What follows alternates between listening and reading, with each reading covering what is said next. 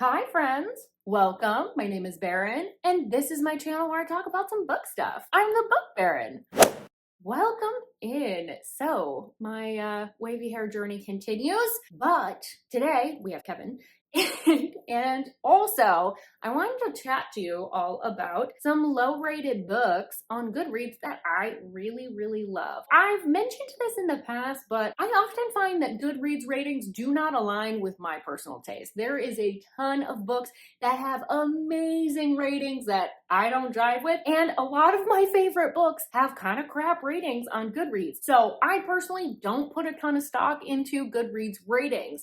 And I wanted to kind of talk to you a little bit about some of the books that I love that maybe you're being scared off of. Goodreads ratings can get really wonky depending on whether it's been 1-star bombed, whether it's gained a lot of popularity over on TikTok. Sometimes that inflates it, sometimes that deflates it because it finds a broader audience and not the target audience. So there's a whole host of reasons why I don't put a ton of stock in ratings overall. I wanted to show these low-rated books some love because I know some people don't read anything rated below a 4-star. So what I'm going to do is tell you what the book is, tell you what the Goodreads rating is, what I rated it. All of these are 4 and 5 stars. Tell you like a tiny bit about the book so you know what it's about, and then also what I liked about it. I might also talk about some of the things that I found on the Goodreads ratings about like why people reported that they didn't like it to maybe explain the rating. I will say I kind of had a challenging time identifying it with some of these books because there are so many people on there that trash the book without providing anything constructive or anything to base the rating on. It's very confusing. I suspect it's probably TikTok hype then. I digress. Let's just get into it. So first up we have The Doctor, and this is by Nikki Sloan. So this has a rating of 3.4 on Goodreads currently. I rated it a 4-star. So this is a forbidden ex's dad age gap romance. Basically, our heroine has been dating her boyfriend for a number of years and she's kind of starting to feel taken advantage of. He sort of expects her to show up when he wants to like get hanky and wants her kind of gone at other times. So she's not being treated very well, but they've been together for a long time. But one day she's like, you know what? Enough is enough,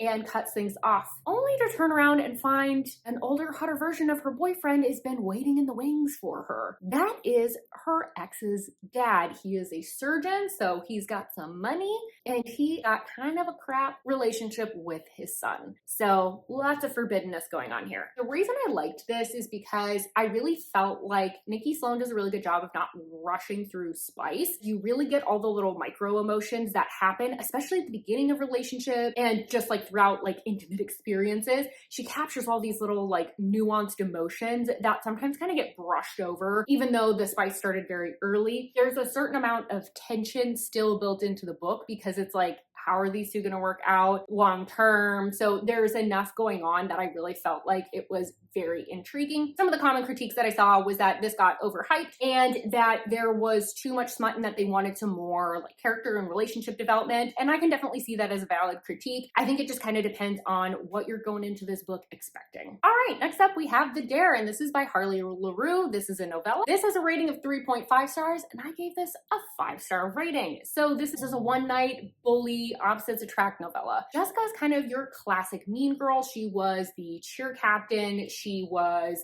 prom queen, and she had a favorite victim that she liked to bully, and that was Manson. But we're not in high school anymore. They've all graduated, but when they go back to their hometown for one Halloween party, Jessica realizes that Manson is also there. The dynamics have shifted since high school, and when he challenges her to a game and she loses, she needs to be his for the night. I will say this is one that I definitely struggled to figure out why people were not jiving with it. I think this is just too kinky for some people, which is fine. So I think this is probably another case of it got hyped and got to the wrong people who were not prepared for the content. I really loved this because I like bully romances in general, and I liked this change in the bully dynamics where the bully becomes the bullied. I thought that was fun to explore, although I will say trigger warning for clowns. And also, like, be warned, there's some kinky things in here. Now you know. All right, next up we have My Best Friend's Sister, and this is by Miss QB Tyler. Currently on Goodreads, it has a 3.5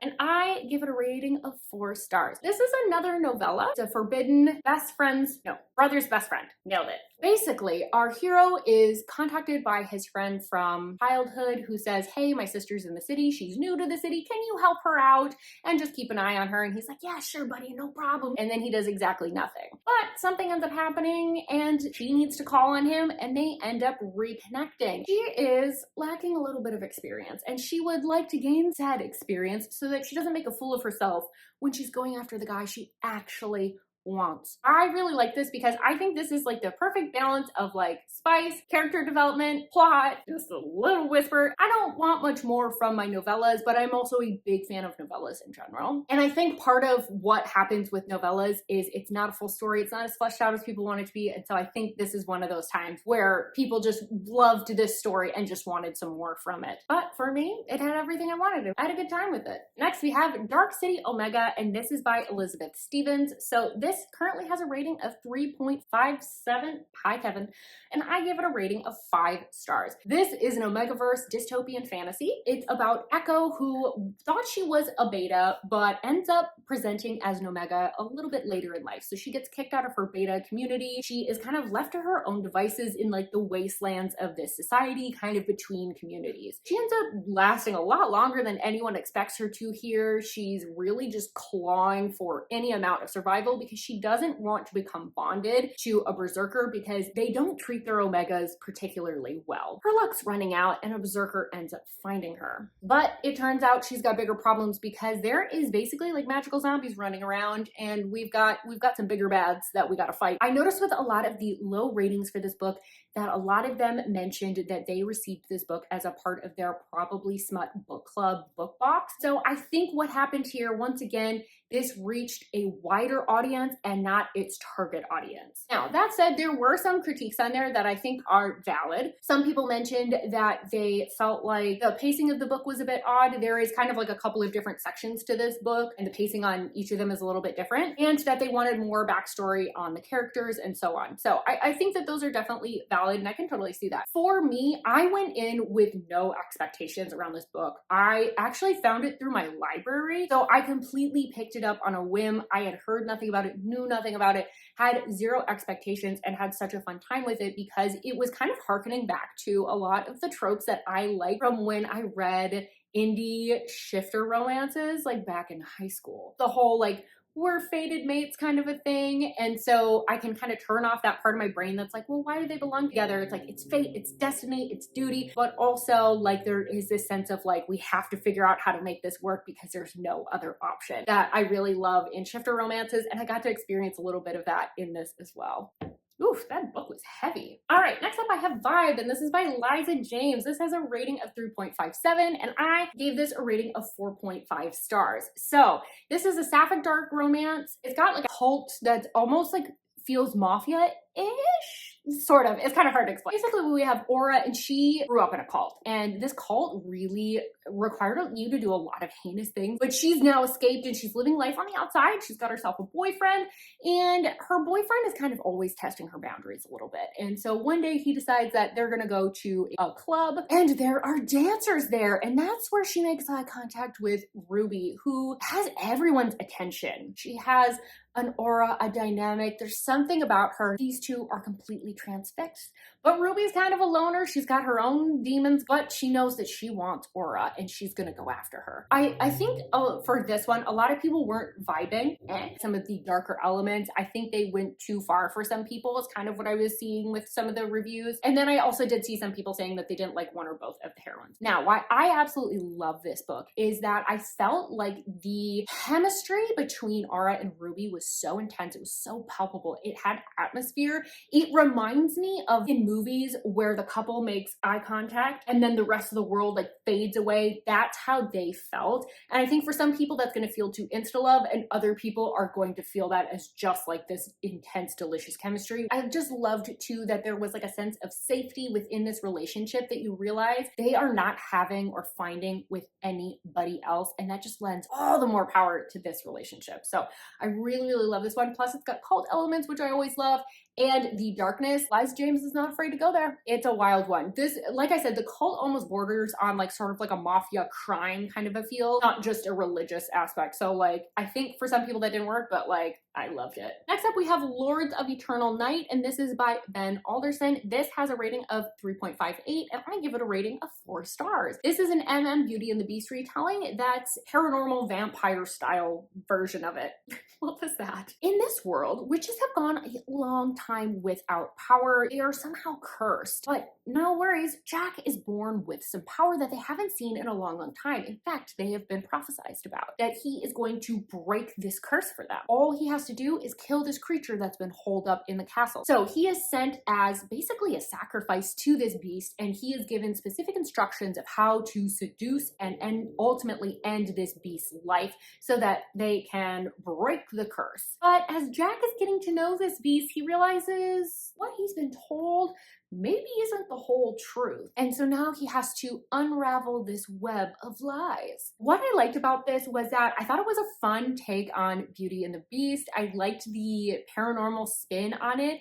There was a lot of good tension. It felt like sort of cozy too, because for the most part, you are spending a lot of time in this castle. So it's a very contained world. Like, you know, there's other things kind of going on, but you're really just able to kind of hang out with the couple. And it is on the shorter side, so I didn't feel like I ever got bored or felt cooped up by this kind of captive situation. The most common things I saw with negative ratings, a couple of people mentioned that they thought it was written with poor grammar or bad grammar. I can't say that I noticed this, so I don't know if it is actually like bad grammar and I just kind of glossed over it, or if it's a case of like it's a certain writing style that a lot of people don't like, because I did notice that it was written in a passive voice. For me personally, I actually really liked it. All right, next up we have What Lies Beyond the Veil, and this is by Harper L. Woods. This has a Goodreads rating of 3.62, and I give it a rating of 4 stars. This is a dark fantasy romance. It's like high fae, what? What are these words? High fantasy fae romance. Nailed it. Got it. All right. So basically what's going on with this series is that there is a veil that separates the fae realm and the human realm. The humans really believe that this is protecting them because the fae are ruthless, they're vicious, but one day all hell breaks loose because that veil rips open. There are certain people that are marked. These people are being snatched and taken over across the veil. Arl is one such person, and the guard is there and ready to take her out rather than let her go. But she ends up being rescued by a stranger, and these two end up going on the run together. What I liked about this so much was this is one of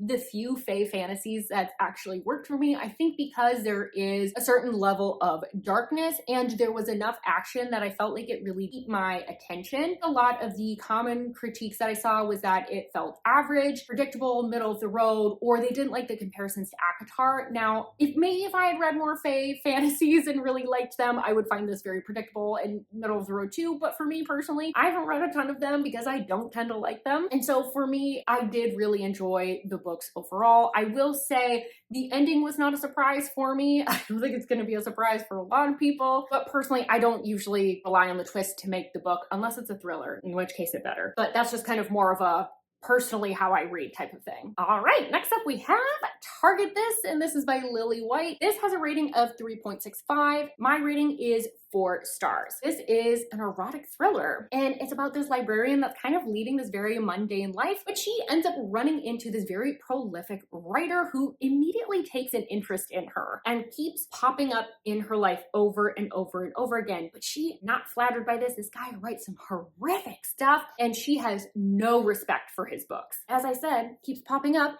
and that's because she's his next target. What I really loved about this is that Lily White is so good at messing with your mind. Do not go into this thinking that you're getting a dark romance. This is an erotic thriller. I'm using those words very intentionally. Go in expecting a dark thriller with some smut. A couple of the common critiques that I saw were, one, that they didn't feel like there was enough development, that there was a detachment to the relationship. I think that that's done intentionally. And then some people didn't connect with the mind fuckery that is Lily White. So I really enjoy that. I find it fascinating. I love getting into the psychology of all of our characters. She likes to mess with like how much of things are free will if you're being manipulated, how much of that is coercion. I really like exploring those things, but I think for some people, they didn't like those elements and it went too far for them. So just like a heads up, this is very dark. All of Lily White's stuff is. All right, last one, we have The Lies We Steal, and this is by Monty J. So this has a rating of 3.65, and I gave this a rating of 5 5 stars. So this is a dark new adult revenge romance. Basically, we are centered around the town of Ponderosa Springs and specifically Hollow Heights University, which is this like prestigious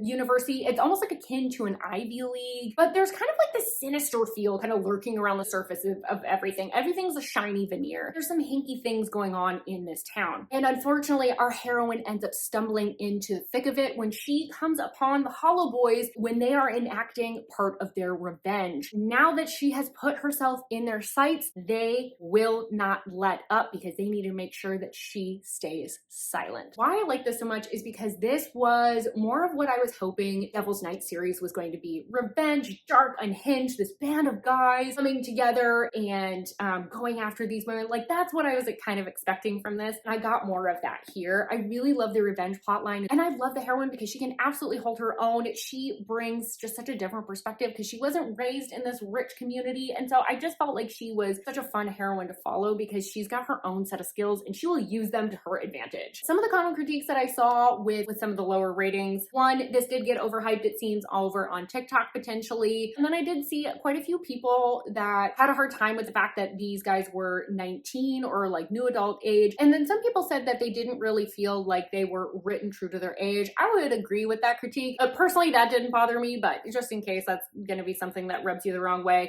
they definitely sound like they're older. And then some people also mentioned that they didn't like the melodramaticness, which everyone's line is a little bit different, and this one happened to work for me, but some people felt like it was teenage angst. So that is that one. Oh, those are all the books that I have for you this round. I would love to hear from you if you've read any of these books. What did you think? Did you like them? Did you not? How do you use Goodreads ratings? I would love to know that. Do you pay attention a lot to the objective score? Do you look for common critiques to see if there are things that will bother you? Or do you not rely on it at all? Do you go in completely without knowing any reviews? I would love to hear any and all things because I think we all use Goodreads and similar rating sites slightly differently, so I'd love to hear how you like to utilize it. And hopefully this encouraged you to read some books that are maybe lower rated than you normally go for. With all that, thank you so much for being here. Don't forget to like this video if you liked it, subscribe if you want more content from me, and I really, really hope that I see you on my next video. Bye-bye!